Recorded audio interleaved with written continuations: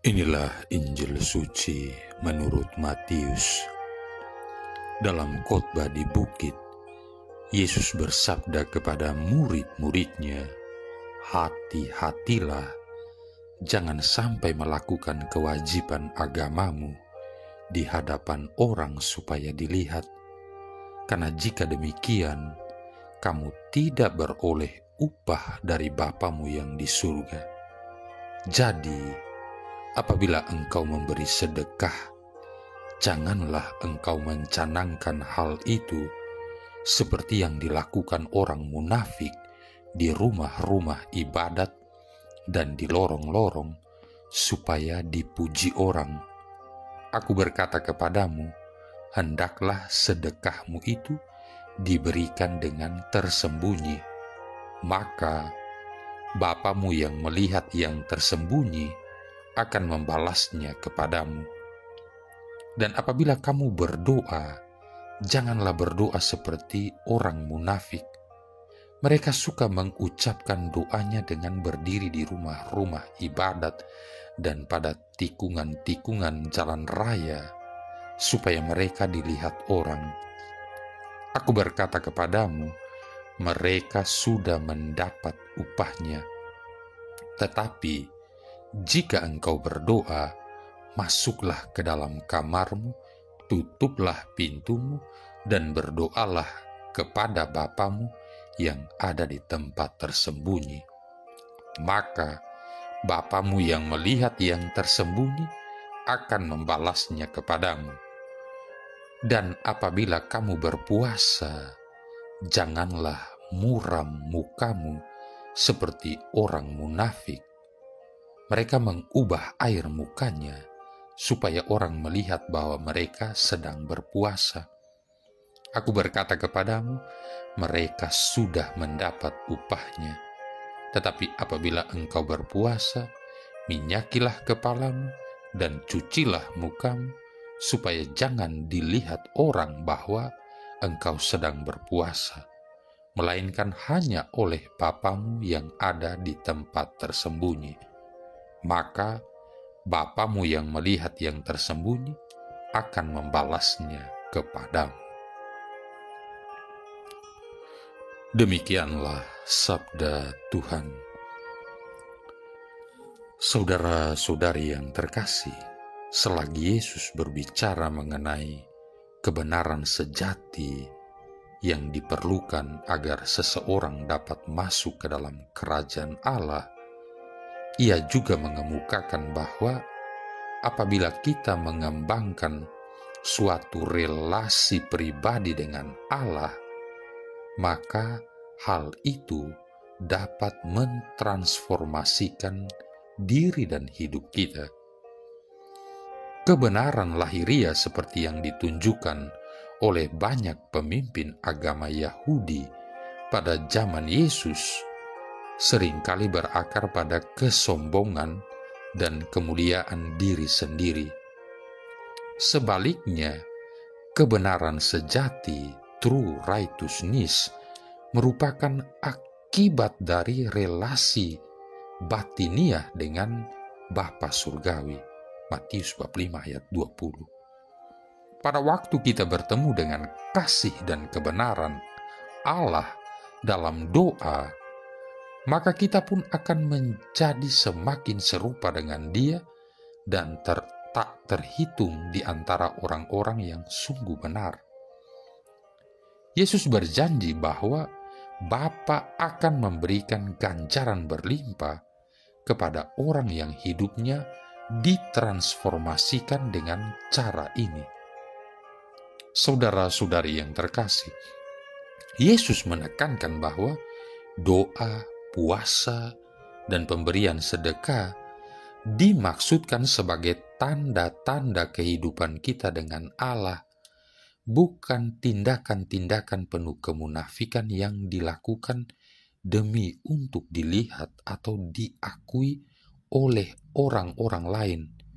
Tindakan-tindakan benar yang diinspirasikan oleh kasih kepada Allah barangkali tidak pernah akan terlihat oleh dunia, dan pribadi-pribadi yang sungguh benar tidak memegang sebuah daftar perbuatan-perbuatan baik mereka, lalu mengumumkan perbuatan-perbuatan baik itu kepada setiap orang yang ditemui. Sebaliknya, mereka memberi tanpa hitung-hitung dan tanpa mencari-cari pengakuan, sehingga tangan kiri tidak mengetahui apa yang dilakukan oleh tangan kanan. Matius bab 6 ayat 3. Saudara-saudari yang terkasih, pada zaman dahulu ada orang yang begitu suci hingga para malaikat pun bergembira melihatnya. Tetapi betapapun agung kesuciannya, dia tidak tahu bahwa dia suci. Dia hanya bisa menjalankan tugas kecil, memancarkan kebaikan seperti bunga, tanpa sadar menyebarkan keharumannya. Ia selalu melupakan masa silam orang-orang di sekitarnya dan memandang mereka seperti adanya sekarang, dan ia tidak pernah memandang ke belakang penampilan pribadi orang lain sampai ke inti-inti keberadaan mereka. Karena itu, ia mencintai dan mengampuni setiap orang.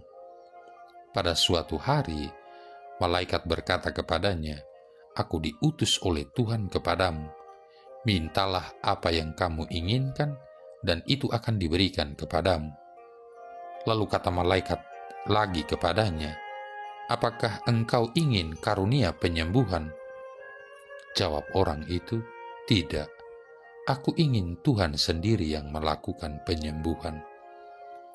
Lalu kata malaikat lagi kepadanya, "Apa kamu ingin mengembalikan orang berdosa kembali ke jalan yang benar?" Jawab orang itu, "Tidak, saya bukan orang yang bertugas untuk menyentuh hati manusia. Itu pekerjaan para malaikat." Tanya malaikat lagi, "Maukah kamu menjadi teladan keutamaan hingga orang jadi tertarik untuk meniru kamu?" Jawab orang itu, "Tidak, sebab itu akan lebih menempatkan aku di pusat perhatian." "Lalu kamu ingin apa?"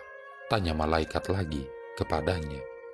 Lalu orang itu menjawab, "Rahmat Tuhan, ya, hanya rahmat Tuhan. Mempunyai itu, aku memiliki segala yang kuinginkan." Jawab malaikat, "Tidak, kamu harus meminta suatu mujizat, atau itu akan dipaksakan kepadamu." Lalu jawab orang itu, "Jika demikian, aku minta ini. Biarkanlah terjadi kebaikan dengan perantaraanku tanpa aku sadari akan hal itu." Maka diputuskan bahwa bayangan orang itu diberi kekuatan untuk menyembuhkan. Asal ia membelakangi si sakit, maka sakitnya jadi sembuh, tanah akan jadi subur, mata air akan memancar, dan warna muka kembali segar kepada mereka yang tertekan kesengsaraan hidup. Namun, orang yang mengalami kebaikan dari orang suci itu tidak tahu apa-apa, karena perhatian orang dipusatkan pada bayangan hingga mereka lupa akan orangnya, dan keinginannya agar kebaikan terjadi dengan perantaraannya tanpa ada yang mengingat siapakah dia sungguh-sungguh terjadi. Saudara-saudari yang terkasih, bagaimanakah dengan kita? Apakah kita masih suka pamer kebaikan yang kita perbuat? Doa, puasa, dan sedekah harus kita jadikan pusat perhatian.